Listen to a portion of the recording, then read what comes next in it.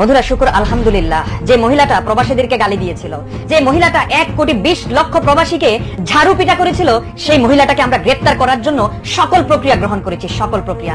বন্ধুরা, এই প্রবাসীদের পাশে দাঁড়ানোটা কি আমার অপরাধ ছিল? আপনাদের কাছে জানতে চাই, 1,20,00,000 প্রবাসীকে যখন একজন মহিলা অকথ্য ভাষায় গালাগালি করলো, এটার বিরুদ্ধে প্রতিবাদ করাটা কি আমার অপরাধ ছিল?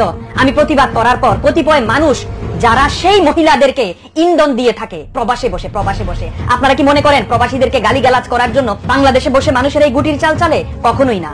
আমাদের প্রবাসীদের মাঝেই রয়েছে সেই গুটিবাজ, যে গুটিবাজেরা প্রবাসীদেরকে গালিগালাজ করার জন্য, প্রবাসীদেরকে অপমান অপদস্থ করার জন্য প্রবাস থেকে সেই গুটিগুলো চলে থাকে। আজকে এমন একটি মানুষকে আপনাদের সামনে পরিচয় করিয়ে দিব, যে মানুষটি এই মহিলাকে লেলিয়ে দিয়েছিল প্রবাসীদের বিরুদ্ধে কথা বলার জন্য। যখন প্রবাসীদেরকে গালাগালি করা এই ভিডিওগুলো সোশ্যাল মিডিয়াতে ভাইরাল হয়েছিল, তখন আমরা প্রতিবাদের ঝড় তুলেছিলাম এবং এই মহিলাটির অপকর্মের কিছু অপলীলা আমাদের কাছে এসে পৌঁছেছিল। গতকালকে আমি সেই ভিডিও আপনাদের সামনে উপস্থাপন করেছি এবং সেই মহিলাকে সতর্ক করেছিলাম, যদি ক্ষমা না চায় তাহলে তার অশ্লীল ভিডিও বা তার ছবি সবকিছুই সোশ্যাল মিডিয়াতে ছড়িয়ে দেয়া হবে। ঠিক তখনই এই মহিলাদেরকে যারা ইন্ধন দিয়ে থাকে প্রবাসে বসে, তাদের সাথে ইমুতে অনৈতিক কাজ করে থাকে সেই মানুষদের গা জ্বালা পড়া শুরু হয়ে গেছে। তারা সোশ্যাল মিডিয়াতে আমাদের বিরুদ্ধে ভিডিও উপস্থাপন করা শুরু হয়ে গেছে এবং আমাদেরকে প্রতিনিয়ত বিভিন্ন লোক মারফতে আমাদেরকে থ্রেট করে যাচ্ছে।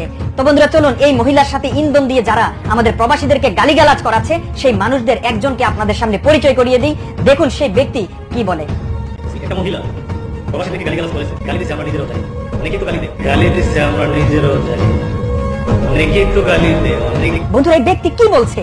এই মহিলা প্রবাসীদেরকে গালিগালাজ করলো আর উনি নাকি জানি না, ওনারা নাকি জানি না। এখন কেন এই মহিলার বিরুদ্ধে আমরা ভিডিও করলাম, সোশ্যাল মিডিয়াতে আপলোড করলাম, প্রতিবাদ করলাম, এটাই নাকি আমাদের অপরাধ? তার মানে কি দাঁড়ায়? তার মানে এটাই, এই মহিলার বিরুদ্ধে যখন আমরা প্রতিবাদ করেছি, এই মহিলাকে অ্যারেস্ট করার জন্য যখন আমরা সকল প্রক্রিয়া গ্রহণ করেছি, তখন এই মহিলাদেরকে যারা ইন্ধন দিয়েছিল তাদের মধ্যে একজনের গা জ্বালা পোড়া শুরু হয়ে গেছে। তো বন্ধুরা, চলুন আরো কি বলে আপনাদেরকে শুনিয়ে আনি। যে মহিলাদের আমাদেরকে গালি দিচ্ছে,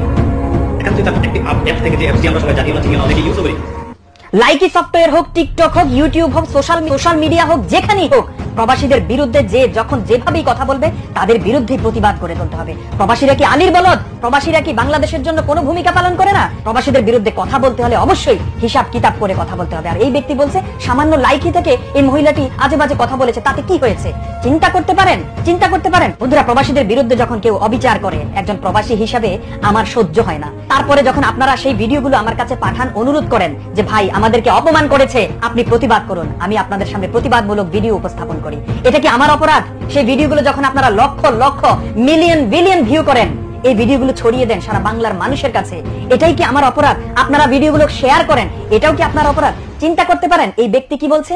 এই ব্যক্তিরাই এই সমস্ত মহিলাদেরকে দিয়ে অনলাইন বিজনেস করায়, বিভিন্ন প্রবাসীদেরকে প্রলোভনে ফেলিয়ে প্রবাসীদের কাছ থেকে লক্ষ লক্ষ টাকা আদায় করে নেয়। এই সমস্ত মানুষেরা ভালো মানুষ সাজে অনলাইনে আসে, ভালো মানুষ। আপনাদের কাছে আমি প্রশ্ন করতে চাই, আজ পর্যন্ত ইউটিউবে, ফেসবুকে যেখানেই পেরেছি প্রতিবাদমূলক ভিডিও আমি আমার জন্য কোনোদিন আপলোড করেছি? আমার ঘরের কোনো প্রবলেম কোনোদিন আমি আপলোড করেছি?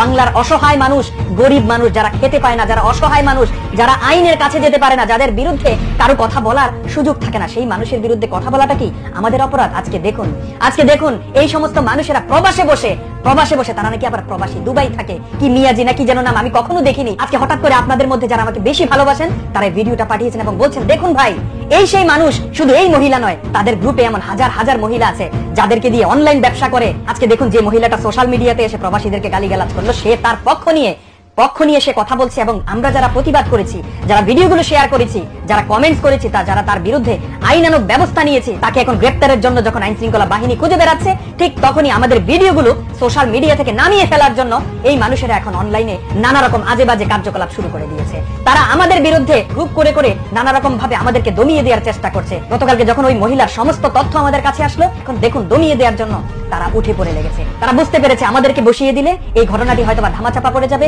যে মহিলা প্রবাসীদেরকে জুতা দেখিয়েছে, যে মহিলা 1,20,00,000 প্রবাসীর ইজ্জত কেড়ে নিয়েছে, সেই মহিলাকে বাঁচানোর জন্য আজকে আমাদেরকে দমিয়ে দেওয়ার চেষ্টা করছে। আজকে বিচার দিয়ে যাই আপনাদের কাছে, এগুলা হচ্ছে প্রবাসী, দুবাই থাকে, দুবাই। এই অমানুষগুলোকে খুঁজে বের করার দায়িত্ব আপনাদের। আপনারা খুঁজে বের করবেন এবং তাকে এমন ভাবে জোতাপিটা করবেন যাতে দ্বিতীয়বারের মতো প্রবাসীদের বিরুদ্ধে যারা কথা বলবে তার পক্ষ নিয়ে কেউ কথা বলতে সাহস না পায়। এই আবদারটুকু আপনাদের কাছে রেখে গেলাম। আপনাদের পক্ষ নিয়ে কথা বলে যদি আমার অপরাধ হয়ে থাকে তাহলে আমি সেই অপরাধ অবশ্যই মাথা পেতে নেব। যদি আমার কোনো অপরাধ না থেকে থাকে তাহলে অবশ্যই তাকে আপনারা এমন সাজা দিবেন, এমন বিচার করে দেখাবেন যাতে করে দ্বিতীয়বারের মতো আর কোনোদিন সাহস না পায় প্রবাসীদের বিরুদ্ধে কথা বলতে। তো বন্ধুরা, সবাই ভালো থাকবেন, সুস্থ থাকবেন। দেখা হবে আগামী ভিডিওতে। এতক্ষণ ছিলাম আপনাদের সাথে আমি টিপু চৌধুরী, দক্ষিণ কোরিয়া থেকে।